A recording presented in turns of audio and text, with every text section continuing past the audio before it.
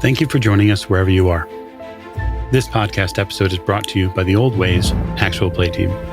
This actual play uses the 7th edition Call of Cthulhu rules, written and produced by Chaosium.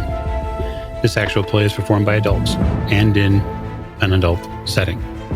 Strong language, mature scenes, and mature themes are present in this recording. This actual play is part of the Your Scenario, Your Actual Play series for the Miskatonic Repository and Johnstown Compendium. And now, on to the show.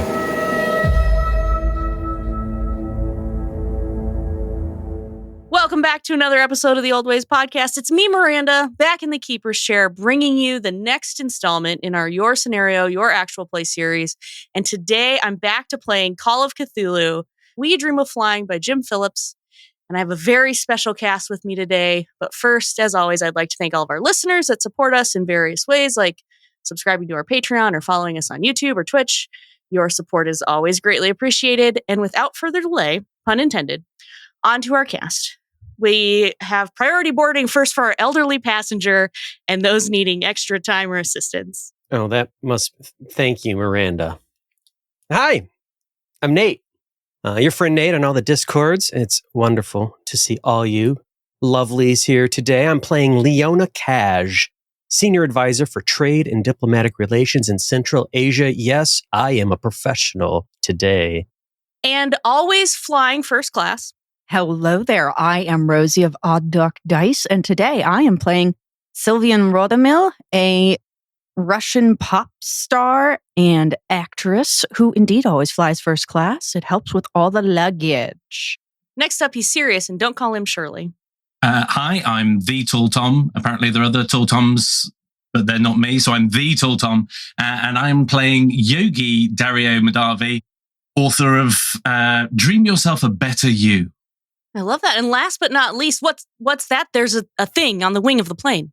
That would be me. I'm Newman from the Miskatonic Playhouse on the side of the wing. And tonight, I shall be playing the one and only, the favorite New Yorker, Michael Pravin, who obviously we all know he's the first secretary for consular affairs at the U.S. Embassy in Japan. Fantastic. And just like an episode of The Twilight Zone, each of our players, for their own separate reasons, have found themselves booked on Flight 19, leaving Los Angeles, California, bound for Tokyo at 11 a.m. At 10 a.m., the gate attendant will begin calling for passengers to begin boarding. But while someone may be people watching around the airport, what would they see? We'll kind of go around the table in the same order. What would our people watcher see your character or you doing at the airport as you wait to board your flight? Well, Leonie, they wouldn't see much because Leonie, of course, is in the first class suite waiting for her plane to board. Leonie is a 38-year-old, maybe 5'5" Asian woman. Dressed very smart in a somewhat casual but very expensive business suit appropriate for travel. She's about to board a plane for a long time, and she's done this many times, so she knows how to make sure she's comfortable. She is wearing a gorgeous pair of alligator low-top shoes. They are almost a cross between sneakers and business shoes. She buys them special.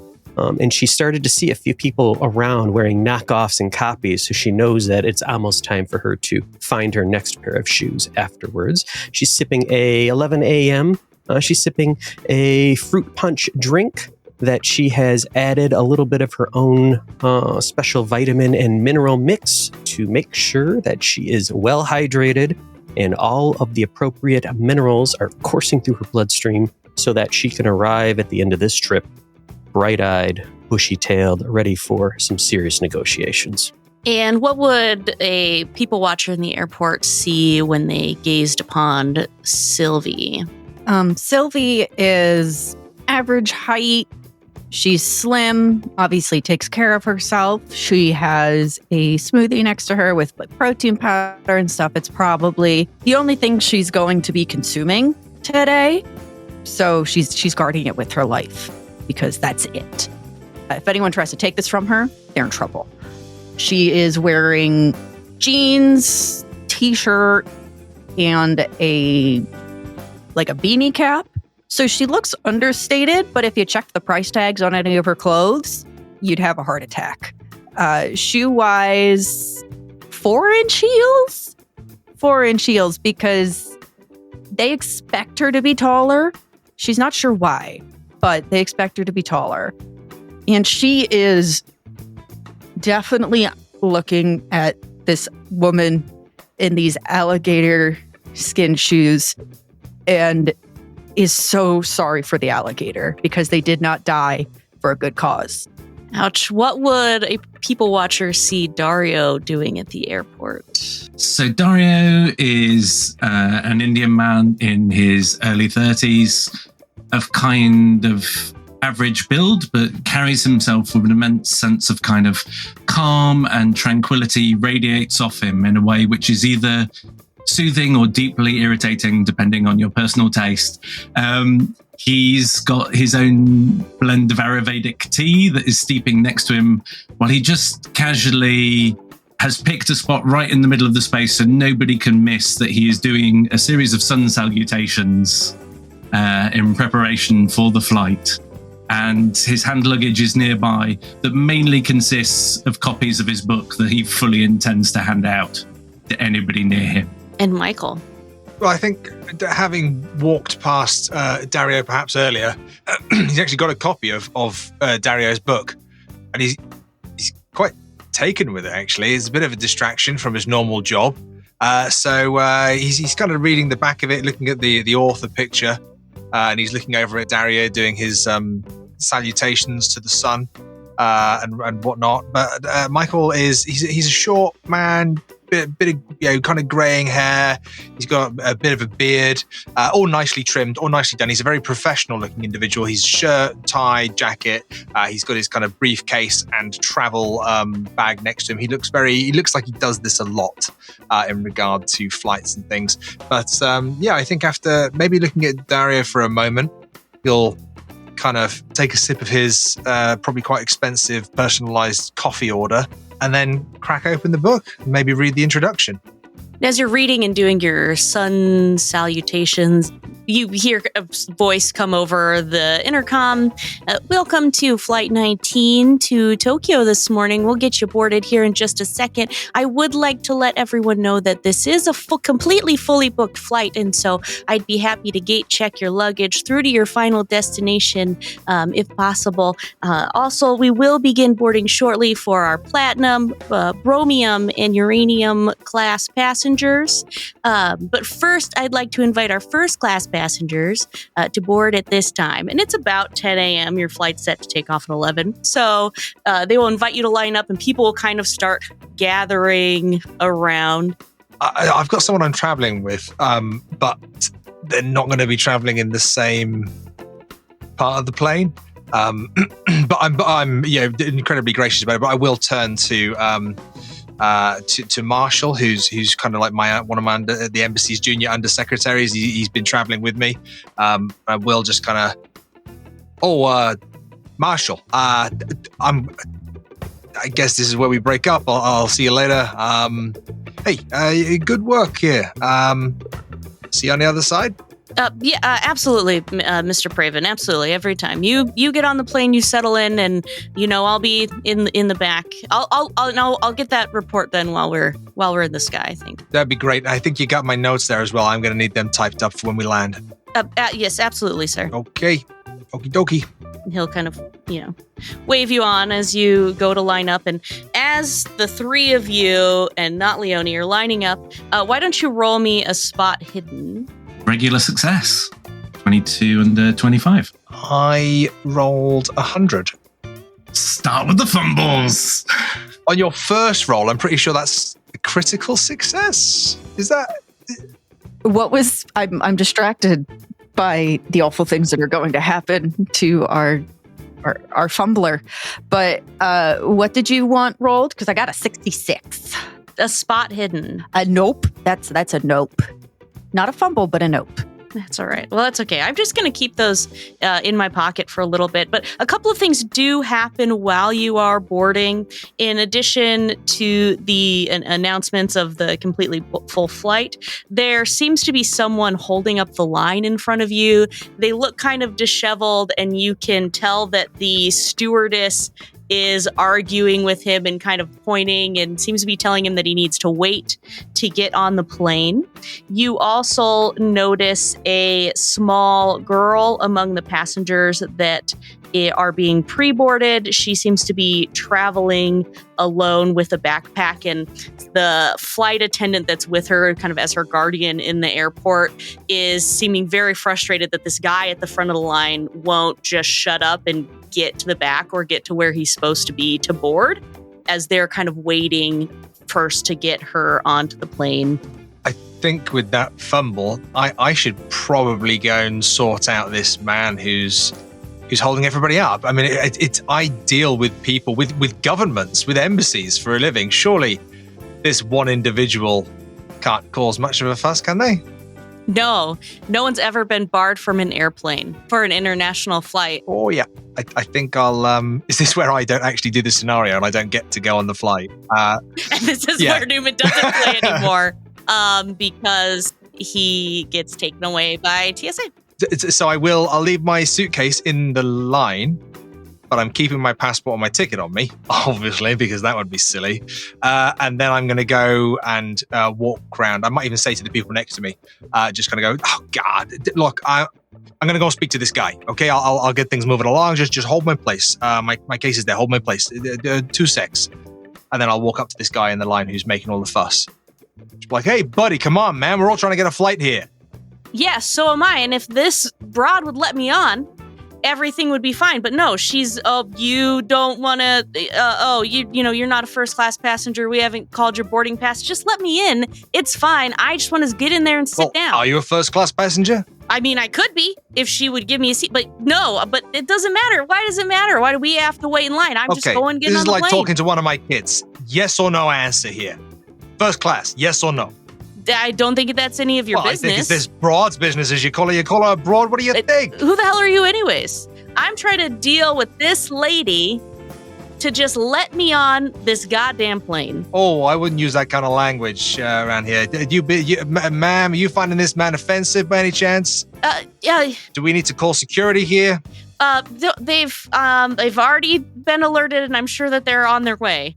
Okay, sir, I'm gonna look. I'm not here. I don't work with the airline, but I'm just gonna advise you and just say, listen, you probably want to get back in the line, but back in the line, as a bit of a gracious act for holding everybody up. What did you think was going to happen? They were just going to go, hey, this guy doesn't have a ticket. Let's let him on the plane. Well, I have a ticket. I'm just trying to get on the damn plane. Oh, and is it a first class ticket? That doesn't matter. I paid to be on this plane. I want to get on the plane. And you're just entitled, are you, just to walk on when the rest of us has paid for our seat, right? I've paid for a seat as well. Is it a first class seat? Why don't you give me a social skills roll of some sort? Intimidate. Oh, crap. 15. Okay, let's do this. 10. 10 under 15. All right, dude, you're right.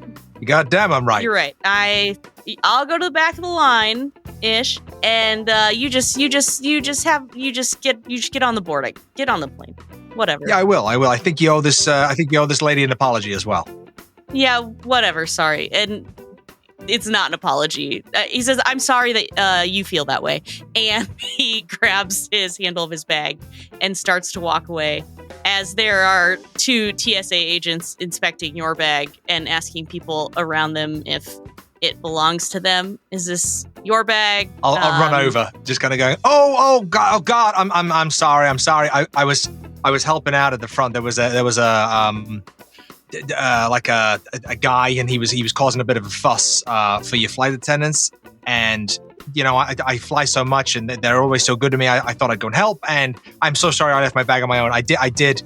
I know that's not a good thing to do. I'm sorry. Sir, we're gonna need you to come with us.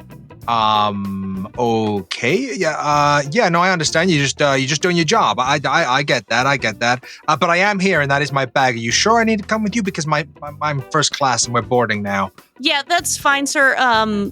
we just need to get you. We'll just need to take a look in your bag. Oh, yeah, okay. Okay. Sure, just doing your job. Okay. And they will escort Mr. Praven away for secondary screening, which, let's be honest, is probably the worst consequence of a fumble. Is anybody putting gloves on? Keeper, can I see Michael being led away? Yeah, absolutely. Okay, good. I just wanted to make sure I could see it. Cool. Does the angry man walk past me on the way to the back of the queue? He does, yeah. I'll just offer him a book and go, I think you'll find on page 32 there's a great exercise for your heart chakra. He looks at you confused and takes the book like one takes a pamphlet that someone is handing out. Don't worry, it's a gift. And there's a 10% off voucher for my next seminars. Hope to see you there. He's already walking away. Is Leone waiting until they start calling? I can only imagine Leone's waiting until they're like, will Leone Cash please come to gate 23B? The flight is now fully boarded and ready to take off. We're just waiting for Leone Cash. Oh, darling, I think that's me. I'm talking to the desk agent at the lounge. I'm standing at the floor-to-ceiling window looking out directly into the gate, which is maybe 15 feet away. Be a dear. You can have the rest of this if you'd like, or if you can dispose of it. I'm not sure where I'm going to put my glass on the counter where she's at. I'll pick up my small carry-on handbag, and I'll walk towards the gate. So you will board the airplane. We kind of finish boarding the airplane unless there's anything anyone else wants to do before they get on. Leone last, and you are conveniently seated. Dario in 2A, Sylv in 2B, Leone in 4D, and Michael in 4C. Oh, what luck. It looks like the seat next to me is empty. That'll be nice. And this is the fancy kind of plane that has two separate floors. And so when you board, you actually will walk through the coach seats and then up to this upper deck access where first class is, because this is a very large plane, larger and fancier than any plane I've ever been on. But that's where you are. First class is upstairs. And Mr. Praven, you will be escorted back to the plane and to your seat to make sure that you get there appropriately. And so Sylvie, Leone, and Dario would all see this same gentleman that was escorted away before be escorted to his seat by TSA back to exactly where it is. My handbag's on his seat. I've got a mimosa, and I used his tray to put it on. I've got a bread and butter basket. I've got a plate out, and I've already started toasting or getting some butter on some toast. And when I see Michael, which I know, I know you, Michael, so I don't know if you know me in your character sheet, but I know you. And oh, God. Yeah. Oh, so they let you on. Oh, I'm sorry. I thought you'd been maybe thrown in jail after whatever it was that went on out there. Oh, God, no. Leone, it's great to see you. Let me make myself at home with you, so we can share the space. Yeah. Let me get my stuff off. I just thought maybe I'd had good to see you. Yeah. Very good to see you as well. I didn't know you did business in Japan. Oh, well, yeah. I live in Japan these days. Oh, really? You know what with? That's fascinating. Yeah. I mean, it's been a while. I think I told you that last time we met because my wife is Japanese. Oh yeah, I'm sure you did. Yeah, my kids. Oh, you had raised in Japan. How are your babies? That's great news. Congratulations, Michael. Oh, thank you. Yeah, good. No, they're good. I mean, they're like little girls now. I mean, I got 6-year-old, 8-year-old. It's been a while. I told last few times I seen you, I told you. But it's really good to see you, Leone. What have you been doing with yourself? Tokyo, huh? What you doing in Tokyo? I've been advising on many trade deals, and I'm involved in a lot of diplomatic relationship building. It's sort of what I'm into right now. I've got a little bit of an advisory role to the board of directors for the company that I work for. And right now I'm on my way to try and make a couple things happen in one place. I'm going to go to another place and try and make the rest of the things happen there. Oh, well, the company you're with, make sure you always put a good word in for me. I'm still at the U.S. Embassy in Japan, but I'm doing good work. People know me. They know my name. But Oh my goodness, you're a government official. well, yeah, I'm in first secretary for the consular affairs. Yeah, I'm pretty proud. Family's proud. But we all know the private sector, Leonie. We all know that's where the big bucks are, huh? Oh yes, they pay me a lot of money for what I do. An enormous amount, so much money. Have you seen these shoes? A storyteller, can you tell me how long this flight is supposed to be? I'm trying to gauge how my character will react. It is long. You're LA to Tokyo. Nate, we got another 4 hours of this. We can do this. I'm just getting started. Yeah. Honestly, I just blacked out for a period of time. Me and Miranda. What Sylvie's going to do is she's going to turn to this conversation and looks at, as far as she's concerned, the hero of our flight thus far, and says, "No good deal going vanish, huh?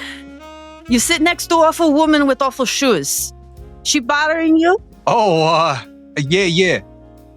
No. She's great. She's a friend. An old friend. A friend who do not remember anything from the last you talked.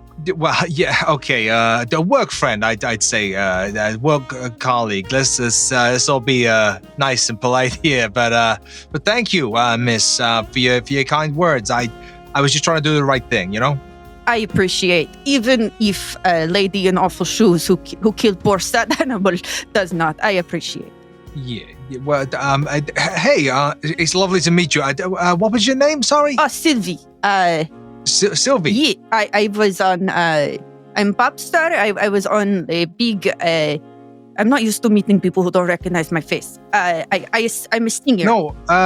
Yeah. Yours is that's my girls listen to. Is it the song? The one that's like da na na na na na na ha. You know what I mean? That one. Yeah. You know the one I mean? That is exactly it. Leonie, you know that song? Come on. Da na na na na na na ha. Oh yeah.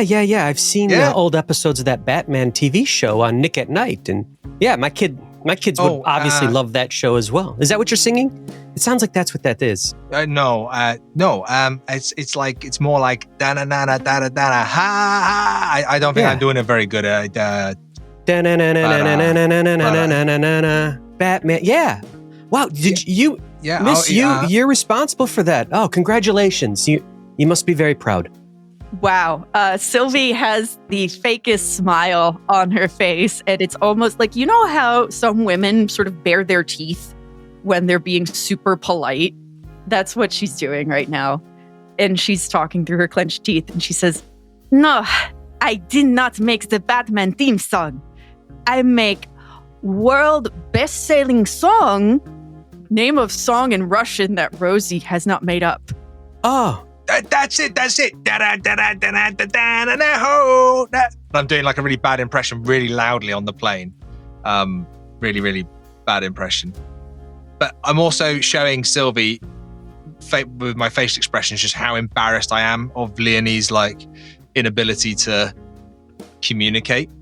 Oh, sir, I know she make you uncomfortable, but it's not your fault. She's a bitch. Oh, Michael, do you want to swap with your new soon-to-be bride? Oh, hey, no, Leonie, she's just been friendly. Miss Sylvie, I think you're wonderful, but I'm married. I'm sorry, but I know that you're just Leonie's just joking. Because you're great, Sylvie. Your music's fantastic, and we all think so, don't we, Leonie? Oh yeah, it's wonderful. I look forward to hearing it in the next Ford pickup truck commercial. Oh, I mean, it's great. Everybody likes it. Actually, I am preparing to do commercial with large company in Japan, so you will be hearing it an awful lot. Ah, Toyota. Congratulations. Not that I've ever heard your name or your voice anywhere. Indeed. I'm terribly sorry to interrupt, but I just wondered, could I tempt any of you to some diaphragmatic breathing? I'm sensing there's a lot of anger in the throat chakra around these seats currently that I feel I could help diffuse if you wanted. Otherwise, it's fine. I'm happy to just sit here. I think this would be a wonderful idea. I've spent some time with religious figures across the world. I think it's Dario, right? I got your book. I'm going through my bag and I'll pull his book out. You gave me your book earlier. Such a nice guy. Great. Pleasure. I'm glad you still have it with you. Yeah. This is Sylvie. Sylvie's a singer, like a world famous singer. Leonie is like a private business, make as much money as I can kind of person. She's great if you like that kind of thing. And I'm at the U.S. Embassy in Japan. I do bits and bobs, you know. Well, we all have to make our way in the world. Michael, can I see this book? Oh, I'm sorry. I'll offer you a fresh book. This is you, sir? This is yours? Yes, that's my latest one. There was previously Stroke Your Inner Dream Cat, but there was some problems with the international translation of the title. But yes, that's me. Also, Sleep Your Way to Success. A lot of my work is around dream and sleep. So, if anybody wants, I can gently lead a little bit of meditation, like in through the left nostril, into the belly, out through the right nostril.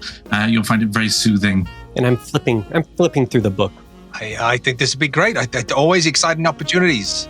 Well, it's great that you have a seeking spirit. And as the situation has once again been diffused by one Dario Madavi, you feel the flight begin to push back. You're hearing announcements from the flight attendants regarding your seatbelts and the location of exits and putting your mask on before helping small children or others next to you that may need assistance as our plane goes to take off. And there's kind of a flurry of activity for the first hour of the flight. There's drinks, they get food served in the first class cabin, but things get settled down, the lights get dimmed, cabin shades are drawn, and the various passengers focus in on work or entertainment or napping. Keeper. Yes. As soon as I can, I would love to flag down a stewardess, order a mimosa, and find my traveling companion, Marcelly, and coach, and deliver it to her as is my custom.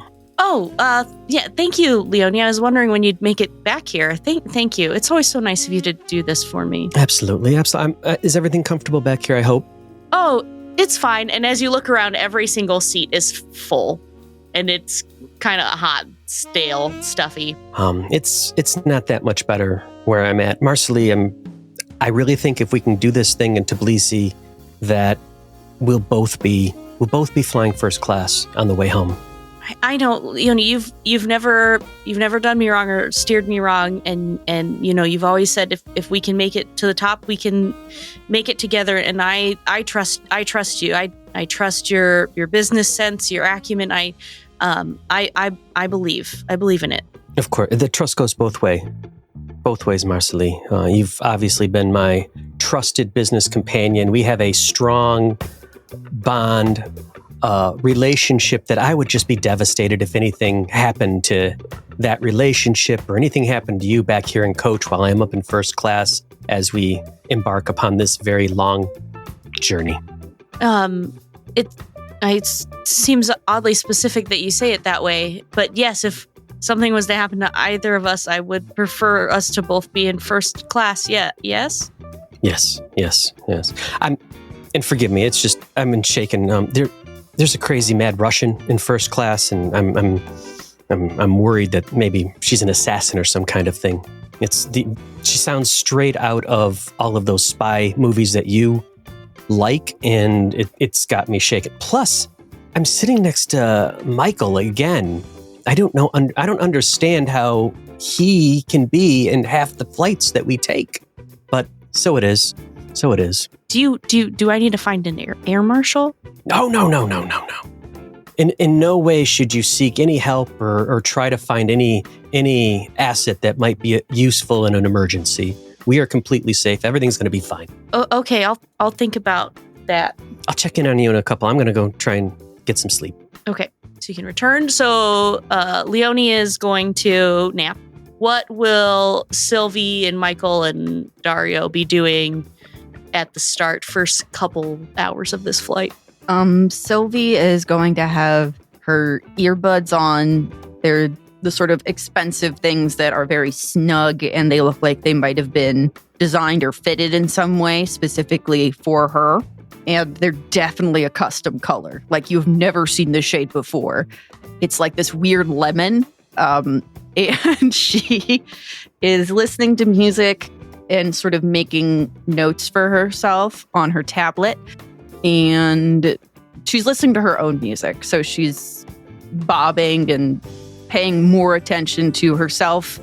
But she's not causing any problems for anyone. She's very quiet. Dario, in that case, is probably having kind of looked around and seen that there's nobody else who urgently needs, emergency yogic support right now, will sit and probably just kind of gently meditate, keep himself in the state of appropriate readiness. Michael, when Leonie went into coach with their mimosa, Michael kind of took a second just to move quite a few of Leonie's things back over to Leonie's side properly, like right up against the kind of the door as well, and just kind of tidy up a little bit for her. But he didn't get where he is by not being quite shrewd and on it. He's an honest person, but I think maybe just with the tip of his pen, he might just kind of just open whatever notebooks there or the handbag that's been left there. Leonie was talking about making this deal and it being a big deal, and I think Michael, his business is intel, really. So he's not doing anything he would consider to be like wrong, just maybe a bit naughty. But he'll stop, obviously, when Leonie starts making their way back and start reading Dario's book. But Keeper, is there anything that Michael would be able to pick up in terms of who this deals with, what it's worth? Are there any names or numbers Michael can write down? The business dealings that she's working with have to do with the petroleum conglomerate that she's working with, and you've kind of known Leonie over time. And the odd thing is that she moved up in the ranks very fast. And it's interesting that she is an advisor for trade and diplomatic relations in Central Asia, but she's also working this job with this petroleum conglomerate. So if I were to write in my notes conflict of interest, that would seem rather relevant. That would feel accurate. Yeah. Not in Michael's notes. He's not silly enough to write that down and then leave it out. He's just that's my notes, Newman's notes. Okay, well then when he's written that, or when he's thought that thought, he'll probably tuck himself into his seat now all of Leonie's things have been put away and start reading Dario's book. And about 3 hours passes into the flight. Leonie has come back and is napping. Keeper, would I by chance notice that my things had been rummaged through? Why don't you roll me a spot hidden check? Ooh, a 46. Over 40. I don't. I notice that you're reading the book, and is it good? And as I settle in, I actually have done a lot of research into, as funny as this might seem, Michael, a lot of research into sleeping and dreaming. When I was younger, it was somewhat difficult for me to actually enter and get restful sleep and enter the dream state, and it has become much easier, and I've become much better at it recently. I'm halfway interested in that book, even though it seems like more yogi, new age, capitalize on the trend nonsense. Hey, Leonie, I don't want to be rude here, but it feels like for the first time we might be about to have a genuine conversation. I'm really interested in dreams, like really interested, right? I like not like keeping a dream journal, like what it means, whatever. But I mean like proper dreams. I've when I've been around and I've been seeing people, different religious leaders, they've taught me a lot about the real purpose of dreams. Almost with like a locational sense, you know? And I find it so fascinating. Anything that I come across, I just absolutely eat it up. A locational sense, you say? Yeah. It's almost like you're speaking of a dream land.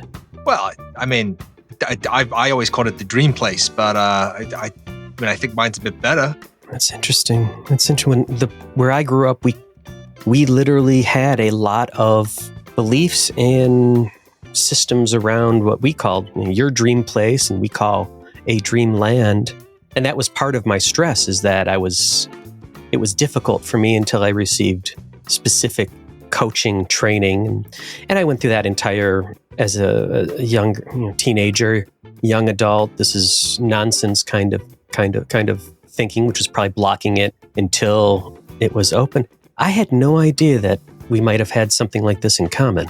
Across the aisle, you hear a voice go, page 76 will be of a special interest to you. Oh my gosh, he has excellent hearing. Oh, if he's attuned to the way that he's saying that he is, well, with his chakras and that, he can hear a pin drop on the next plane over. That's pretty accurate, yes. And from above up, my hand is, Dario, come page 76. What do you know? What are you saying? Sorry, miss, and he'll squeeze past Sylvie. Yes, well, I have learnt much wisdom from the cats there. I take people on journeys there. Obviously, that's one of the premium services I offer. It's not just on the standard courses, but if there was a location you wish to visit, I could help facilitate that for you if you were truly open. Yeah, Dario. I've managed. My very best. I had a glimpse. You know, I like the furthest with the cats thing. If someone said don't hurt them, that's it. That's very important. Yes, don't mess with the cats. Yeah, don't fuck with a cat. I'm sorry. What is all of this cat stuff? I don't know anything about this cat stuff. What are you talking about? Are you talking about cats like cats, like the pets? Like cats. Animals. The cats, the supreme beings of ultimate wisdom. Yeah, we're talking about the same thing. I'm going to glance at Michael when he says that. I want to see what's on Michael's face. I'm going to give him a bit of a nod, but also I know it sounds weird kind of face, and just kind of Leonie, cats. It's not just like little tabby cats. I mean, they're there, but I got a glimpse. And it was because there was this guy in Tibet who was helping me at the time as well. But the big cat's there as well. And Dario, you can take people. I mean, obviously the Tibetan traditions are fine. I'm not denigrating them, but yeah, you want a really qualified guide. You really need a yogi. That's not too kind of pro-yogi of me to say, but it's what I do for a very reasonable fee. If you wanted to book together, I could offer like a group discount. What is a reasonable fee, Dario? He says an astronomically high number. Oh, so that's it, and then it would be double for both of us? No, like I say, a generous discount, so like 190%. Wow, Dario, that's great. You said so group booking, we can get a bit more off. Hey, Sylvie, headphones. Oh no, there's no need Sylvie. for that, Michael. What? She's great. She's awesome. Hey, Sylvie, you want some inspiration for your next album? Da.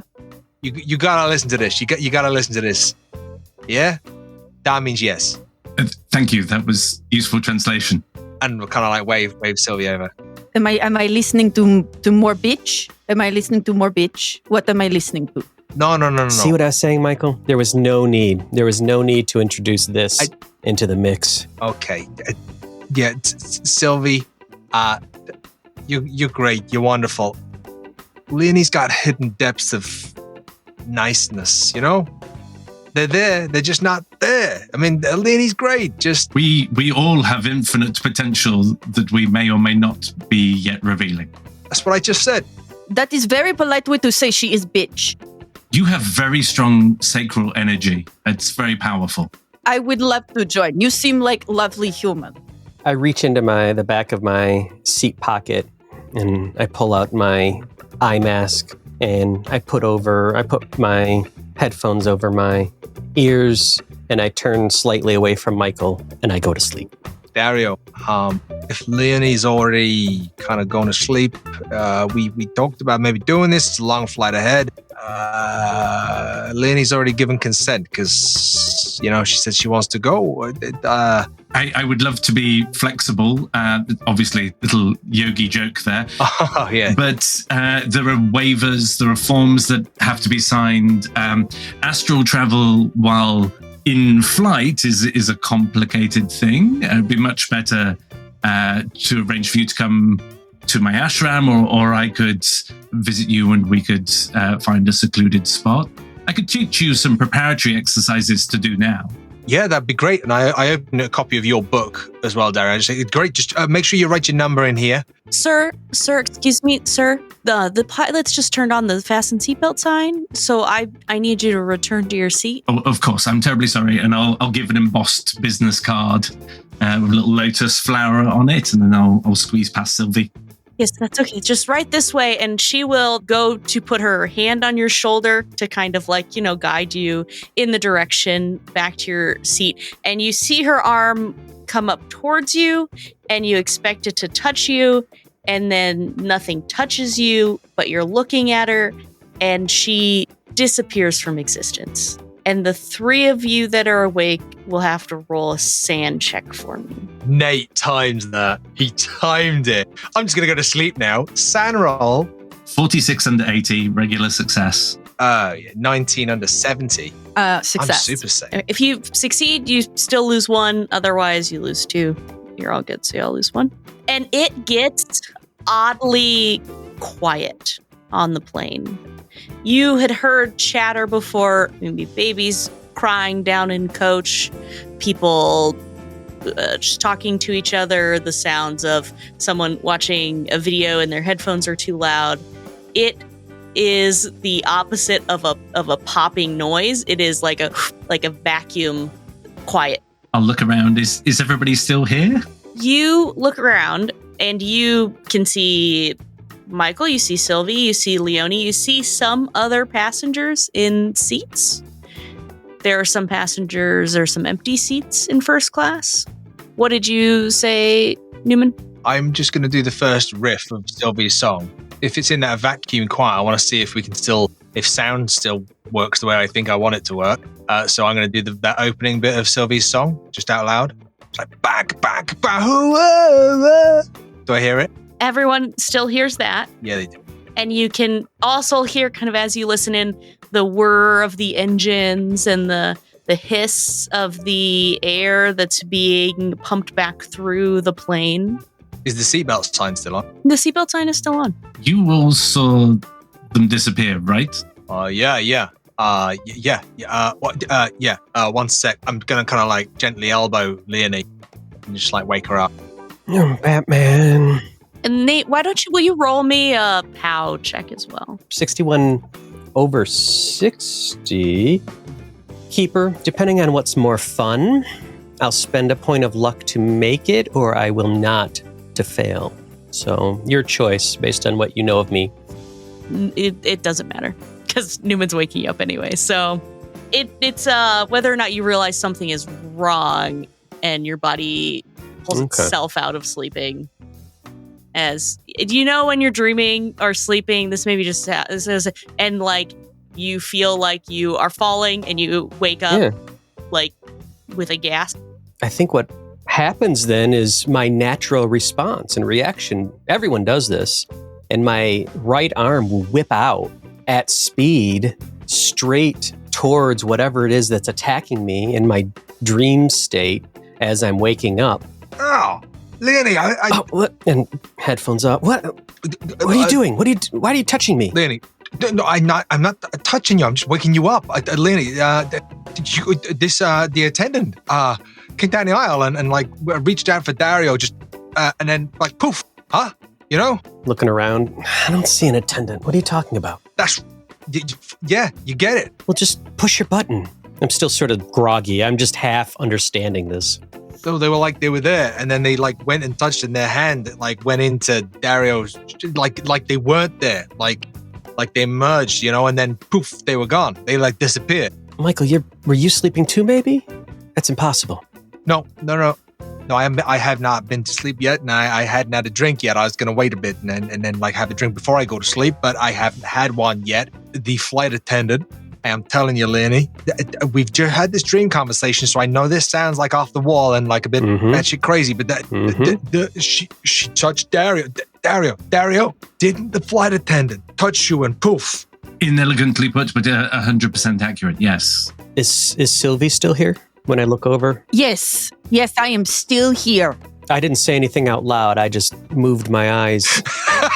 I sense it in your air. And I whisper and I said into Michael's ear, I said, well, why didn't you make the right one disappear? But I'd like to roll psychology to see if I believe that Michael is telling... Does Michael believe he's telling the truth? If that's okay with you, Keeper. Sure. I failed miserably. I did not.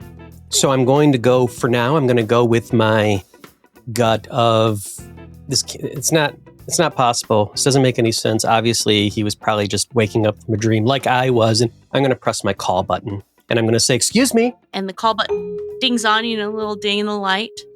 And then a few moments pass and it turns off. Okay, now that is disturbing because we are in first class on an international flight and that doesn't hit. Yeah. I'll click it again. I'll click mine. And a few moments pass and they both turn off. I go checking back. Maybe they're sleeping. Yeah, maybe. And then you both have to roll sand checks. Who? Dario and Sylvie? The dingers roll sand? Leonie and Michael. Yeah. I failed. I'm okay. 15 under 69. So that'll be 2 if you failed, 1 if you passed. I see. This is a slow drain sanity scenario. I see. Sylvie, you are going to get up and look around. You get up and you begin moving about the first class cabin. There's 6 other passengers sleeping, but the other seats in first class are empty. And you don't see any stewardesses. And they had said that it was a fully booked flight? Correct. That's weird. I'll move my way on. Maybe they're all waiting for the bathroom. She has no idea. She's been in her own little space. Yep. You move on back towards the lavatory and you still don't find anyone. A couple of the doors are locked, but you don't see anyone waiting. You are welcome to go downstairs if you would like. She does, and as she moves forward and continues to not see people, she's going to open every door that she can as she passes and leave it open as she moves past it. Yeah, as you go to open one of the doors, you start to slide it open and it pushes back against you. Hello? Who's in there? No one's calling back to you, but it continues to fight against your hand. Can she look through? Is there enough space or no? If you try to peek around to see what's happening, is there anyone inside of this lavatory? You don't see anyone in there, but it feels like someone is fighting against you on this door. Well, she lets that close because since it is a lavatory, that's pretty creepy. She doesn't want someone to think she's peeping Tom. It would be weird that no one screamed though when she opened the door. Yeah, it's another sand roll. Okay. Can we see, just looking down the aisle, is Sylvie still visible or has Sylvie gone downstairs? I'm happy to say that she's kind of at some lavatories that are towards the back of the back of the first class section. I'm definitely leaning out of my seat then and looking just because we like Sylvie. So that's I passed. So that's just 1 loss. Yep. There might be some door won't open. I'm going to keep looking. Did anyone notice somebody in there? They no scream, no nothing, no. I'll go downstairs. I'll go this way. See if there's an attendant, but a pilot's. Yeah, Keeper. I imagine this is really unnerving because it sounds like we all fly quite a lot, and this is very unusual. Mm-hmm. Yeah. I think I would also like to know that the pilots are well and safe because them not being would be bad. So, I'll head towards the front and kind of join Michael tapping on the door, I guess. Yeah, if there's no attendants there. Captains? You move towards the front of the plane. You don't pass by any attendants. You knock on the cockpit door and you don't hear anything. You don't hear anyone call back to you. Can we open the door? Oh, I mean, cockpit is locked, so you could try to open it if you wanted to. Okay, that's like a federal. If we get in there, it's like a federal offense, I think. Or like, Oh, right. Yes. Michael, you'll get shot. pretty if big you deal. Don't. Yeah, you'll get shot. They will shoot. They have guns in there. Don't. There'll be a marshal on the plane somewhere. We shouldn't be trying the door. We're pushing all up, knocking. Okay, well then, how do we raise the marshal? Okay. I'm gonna take a few steps to the front of the seats on the plane, look out over whoever's there, and just say, not doing anything to upset or anything like that. We're in a slightly unusual situation. No, I'm sure everything is fine and safe. If there's a marshal on the plane up here in first class, would you make yourself known, please? I'm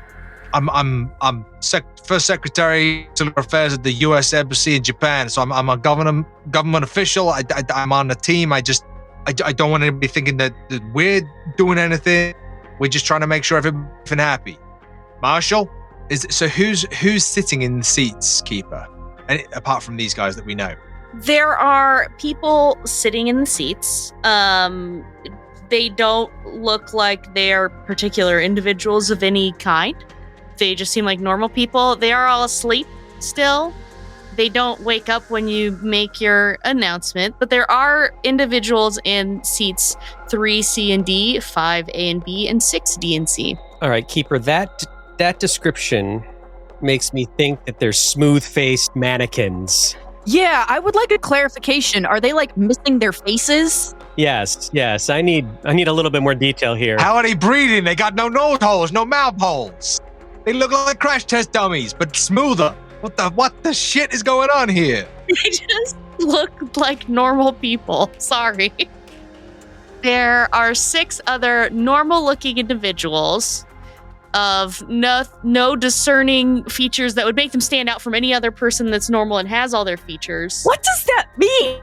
This is Miranda not wanting to do any voices, accents, or differentiation. They just look like people and they're all asleep. 6 versions of me. They're just grey, generic people who people just walk past on a daily basis. You would not be able to pick them out in a crowd. Oh, forget this. And I'm gonna follow Sylvie down to Coach because I'm gonna go check on Marcelie. Okay, we will cut to that then. Leonie and Sylvie, Leonie kind of catches up with Sylvie as you're going downstairs, and Sylvie's opening up all of these lavatory doors, and you open up the curtain to get back into Coach, and you both see no one. Shouldn't there be people? What the hell? Yeah, this was full. It was full. Hello? Yeah, I'm doing the same thing. Hello? Anyone? And she's moving. I'm walking through. Yeah, she's moving down the aisle and peering through.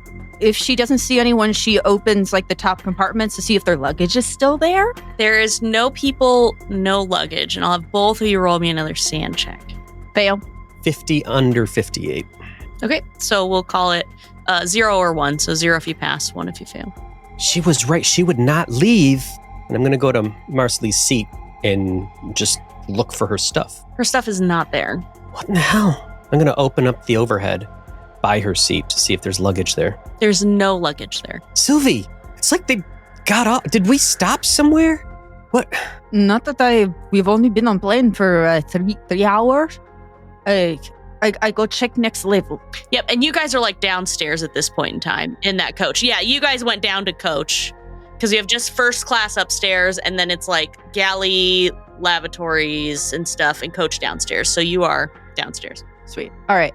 So have we looked through all of the public areas? You've looked through all of the public areas. There were some like locked lavatory doors that you had walked past. I know we had talked about like knocking on them and no response. But you've kind of done a good loop. I'm going to probably start yelling Marcelie's name and going through this plane even more, just calling out. If there's any locked doors, I'm going to start kicking at them to open them. I'm starting to panic. Those shoes have suffered enough. Do not do.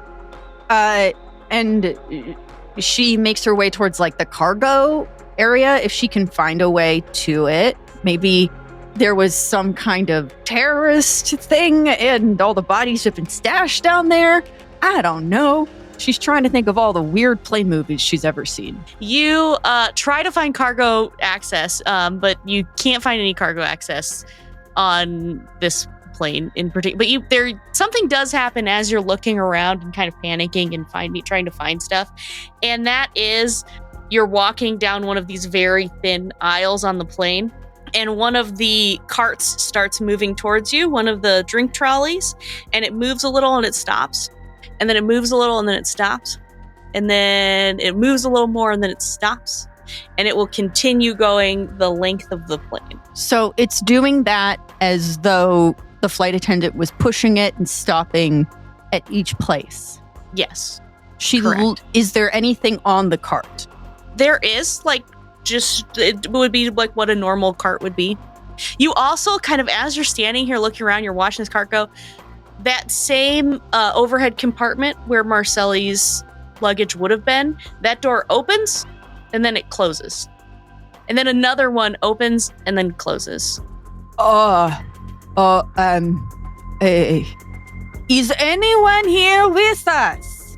Is any spirit here with us? We are sorry to intrude. What? Are you doing a seance right now? What is going... Sylvie? The cart is moving like there is an attendant. Did you not see the doors at the luggage? I saw him. I'm going to run over to that cart and just hold it. Okay. You run over that cart and hold it, and it pushes against you. I'm going to fight back. And it starts to push harder and harder and harder. And so do I. I think I'm going to take out some of this fear and stress on the cart, which doesn't deserve it, but that's the way of life. Yeah. Roll me a strength check. 65 over 50. And I'd like to push that roll keeper if that was appropriate to you, because now... Yeah, it's opposing, and I rolled an 8 under 50. Oh, okay. Well, I'm not going to spend the luck, but I will push if you're open to it. But if it's a fight, I can't even win a tie. I'm not going to roll a 1. Never mind then. You've bested me. Okay. Whatever is pushing this cart is just taking out in anger against it, like that they have to deal with hundreds and hundreds and hundreds of annoying passengers every single day, and whatever is stopping them from doing their job isn't going to stop them today, and it just keeps ramming into your shins over and over and like harder and harder. Do not be bitch to ghost. Move out of way. I will move into the aisle, and Sylvie, it fought against me. There's nothing there. It fought against me. And you both have to roll another sand check. Valid. 0, 0, 1. What a terrible time. So, what would happen if I fumbled that? It'd be 4 loss. That happens then. Okay, so you have 4 loss.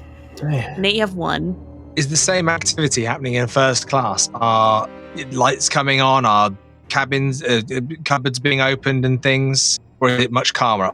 It is calmer because it's in general first class, and they don't really wheel the drink carts. They'll come and ask you what you want, then bring you what you ordered. But there is occasionally one of those will open and then close. A seat tray table will drop down. Lights will ding on and ding off. One of the windows shades up. Well, I guess that's a good prompt to, can I have a quick look out of the window? Is everything as it should be out there? Oh, yeah. You're welcome to do that. Well, I'm just going to take my eyes that I look through and I'm going to point them at the window. I'm going to look at Dario rather than out the window, if that's okay. I'm looking more at, I wonder what Dario's looking at. Perfect. So you look out the window, and what is that in the distance? It's a cloud, but you should be up too high now to be in the clouds. You should be above them. And is it floating towards the plane at speed? It's coming towards the plane, and that's not a cloud at all, because there are these long tendrils floating out from it, and it seems as if it's reaching for the plane, And as it hits the plane lightly, plane stays on course, it wraps itself around the plane, and you see these tendrily arms of this large mass wrap itself around the plane. And then you make a sand check. That seems reasonable. And the rest of you can make a listen check. I succeed. You only lose 1 sand. Of course. Hard success on my listen check. I get to really hear whatever I don't want to hear. If you pass your listen check, you start to hear the creaking of the fuselage. And you all notice that the plane begins to ascend. Can you expand on that? Is it in a way that would be weird, given that we're on a plane and they do the up and down thing?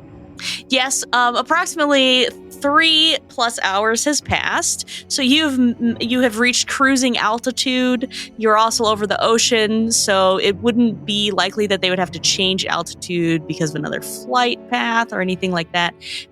So it is strange because you have already been flying for an amount of time that would mean that you're pretty much you're at the altitude that you should be at.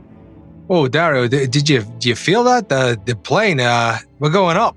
Yeah, I think all you've seen of Dario is he looked out the window and he just straightened up and just has been stood like this for a moment, just breathing. You see his nostrils kind of flaring, and then he goes, "No, I'm okay now. I'm okay. Sorry, I had a little bit of disturbance in my heart chakra there, but I'm all right." It's all right. It's the plane going up. It's like a feeling in the stomach. But, Yes. I don't know why we're going up. Well, a vast, impossible tentacular creature has grappled the plane and is forcing it up higher. Yes, I think something strange is happening. Sorry, did you just say tentacular? Yes, of tentacles. Tentacles, right? Yes, many tentacles. I didn't count how many, but that I think is the creaking noise. The cats never mentioned this. I'm gonna run to the window, keeper. I'm like, what the hell? Like, this is crazy, but I'm at the window and I'm having a look out to see if there is a large masked tentacular creature grappling the fuselage. It is hard to see out the window because it has been obscured by a bluish, grayish, vaguely translucent, wispy tentacle. Right. So I think you have to make a sand check too now. Oh, shit. Okay. Oh, 33 under 68. 2 sand lots. I will. So I'm aware there's some crazy ass thing out on the side of the plane. Mm-hmm. I will slowly turn to Dario and just be like, There's something out. There's something on the wing. Oh my God! There's something on the wing. Yes, something vast and tentacular. Yes, it shouldn't be there. This is all very wrong. Sylvie, something's going on here. It's all very wrong, and I know who's to blame. And I'm going to run up into first class towards these two fools. I'm running to the cockpit. And so Michael's running to the cockpit. Dario, you all knowing about dreaming, is standing there, and an angry Leonie Cash comes barreling up the stairs towards you, fire in her eyes, and I think that's a good time to take a little break. So thank you for joining us today on another episode of the Old Ways podcast, where we are playing We Dream of Flying as part of our Your Scenario, Your Actual Play series. And we will see you in the skies next time.